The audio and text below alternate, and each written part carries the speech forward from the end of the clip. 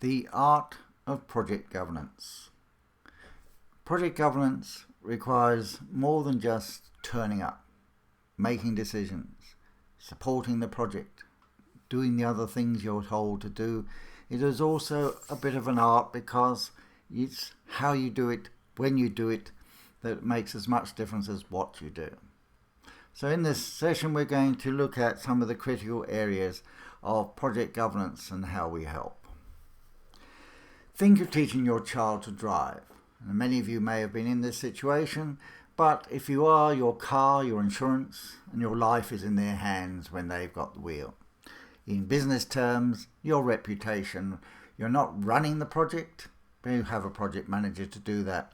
But your reputation is in their hands because if they failed dismally, it will reflect on you to some degree. So, what do you need to do? Well, if you focus on their driving process, you'll never see the dangers ahead. If you spend your time teaching your child to drive and you're always looking at their feet and how they're holding the wheel and so on, you won't be looking through the windscreen at the dangers ahead. Now, obviously, if the car is what we call bunny hopping, jerking forward, then you do need to look at how they're actually doing the driving process and make sure that you can correct any faults. So if the project is staggering, you need to look at how they're managing the project. But on the whole, you are looking out of the windscreen. You should be looking out at potential dangers and opportunities. Those children on the side of the road playing with a ball, are they liable to run out? Is that car liable to come out from parking spot now that it's moved its position? Are we going in the right speed? Are we going too fast, too low? Are we in the wrong lane? Have we taken a wrong turn? All of these sort of questions are what you should be asking rather than looking at how they're running the project. So think of it, you haven't got your hands on the wheel, but you do need to make sure you're going in the right direction, at the right speed and in the right lane. And you need to give confidence to the driver. If you spend your whole time criticizing them, they'll do a worse job. So when they're doing something right, you tell them so. When they've achieved an outcome, you celebrate it, such that you get the best out of your driver or your project manager in this case. And you need to be ready to take over as last result. No point sitting there saying, oh, we're going to hit that bus, if you can avoid it. If you can avoid it, you take action. We have had sponsors who, having been trained in what is of the role of the project sponsor, have spent the next 3 days with the project team rescuing it from what they then perceived as some of its deficiencies and then handed back to the project manager. So at times you do need to get involved, you may need to step in, but on the whole you only do that as a last result because they're driving the car. You've got to make sure they drive it to and arrive at the destination you want for the business. And the second aspect is, it's not so much what you see, that's easy. It's what you don't see and don't do that can trip you up. And so one of the classics is right decisions at the wrong time. So you may be approving a business case or submitting a business case before you actually know what the costs are. That is asking for a right decision at the wrong time. And a classic example is in the book we provide on the governance website called The Tale of Two Projects, the first of which is a disaster.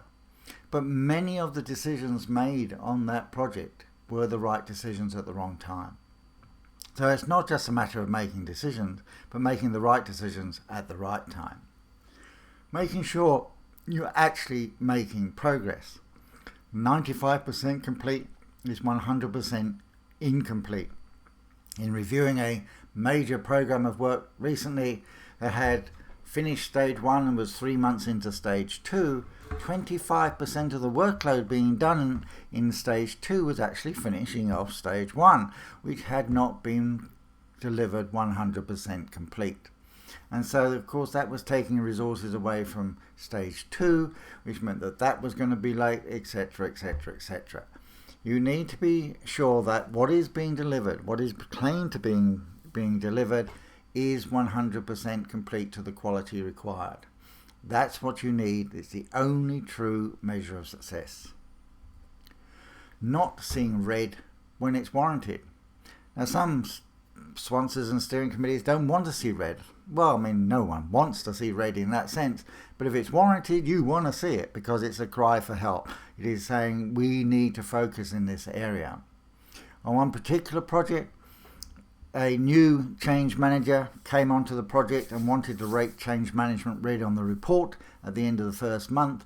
And her project manager said, we don't report anything red on this project. When we then looked at it in detail, the project was a complete disaster. It should have been red wall to wall, but that the project manager had been hiding that from the steering committee. So you want to make sure that your project manager, your project team can report red and not get blown out of the water. If something's red, it's red. Okay, now what do we got to do? We got to deal with it. How do we actually remediate it? Condemning your project to completion, continuing on when it's no longer viable, relevant, worthy, doable, will achieve a good result. 40% of projects deliver a result that leaves their organisation worse off than before they did it.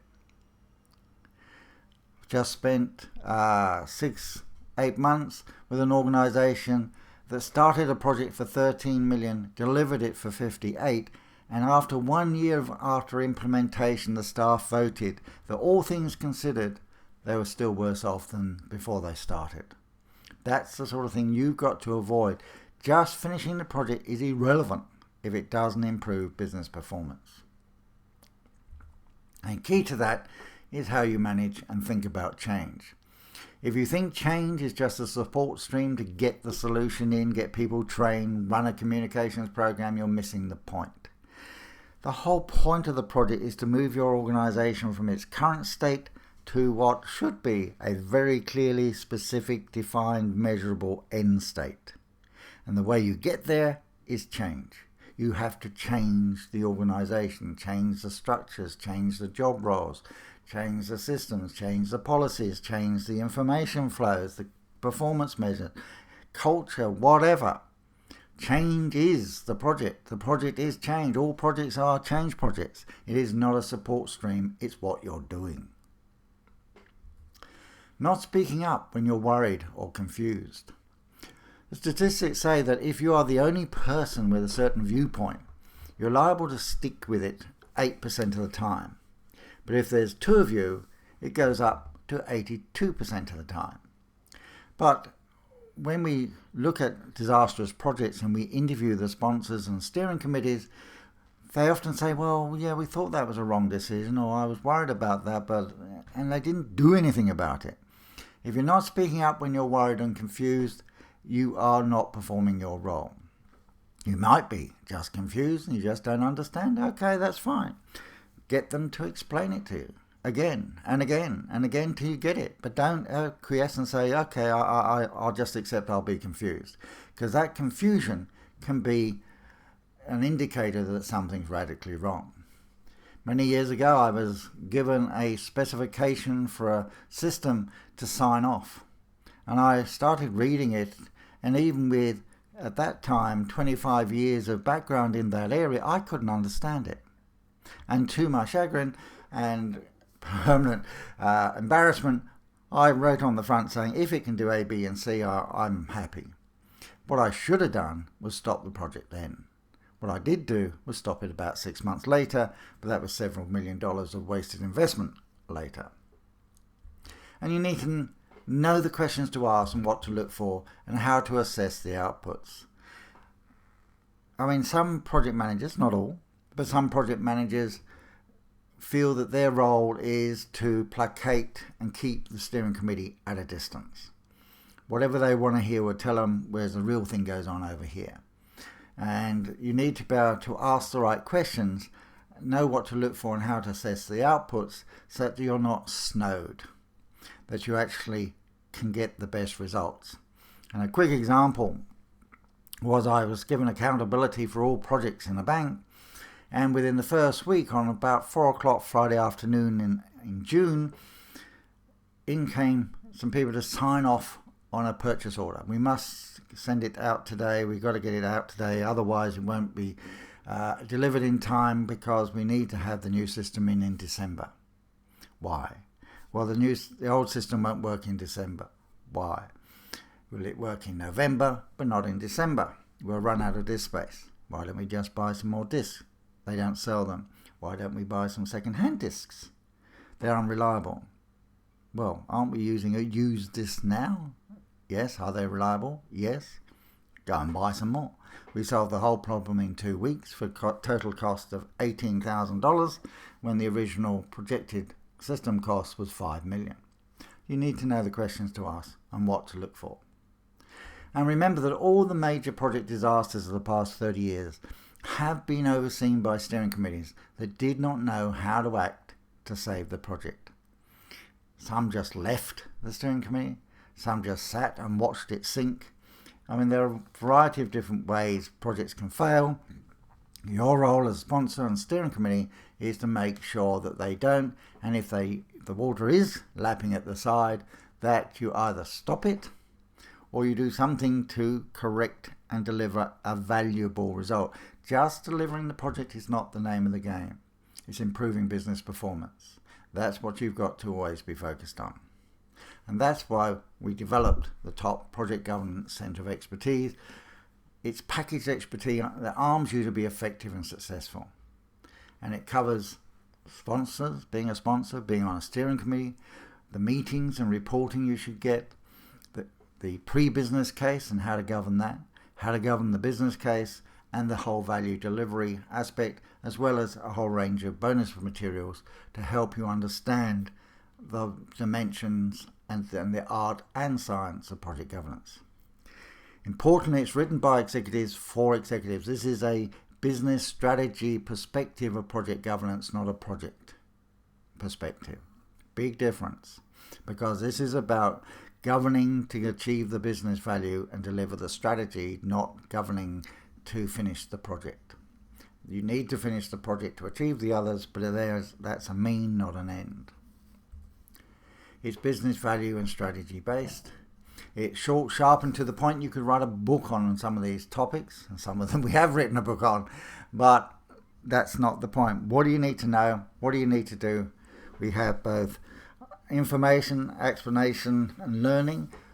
A lot of understanding this and understanding that, so you understand the context in which you're making decisions, and then a whole range of how-to action, manage, assess, and govern. What do you need to do? What are the questions you need to ask? What are the things you need to look for?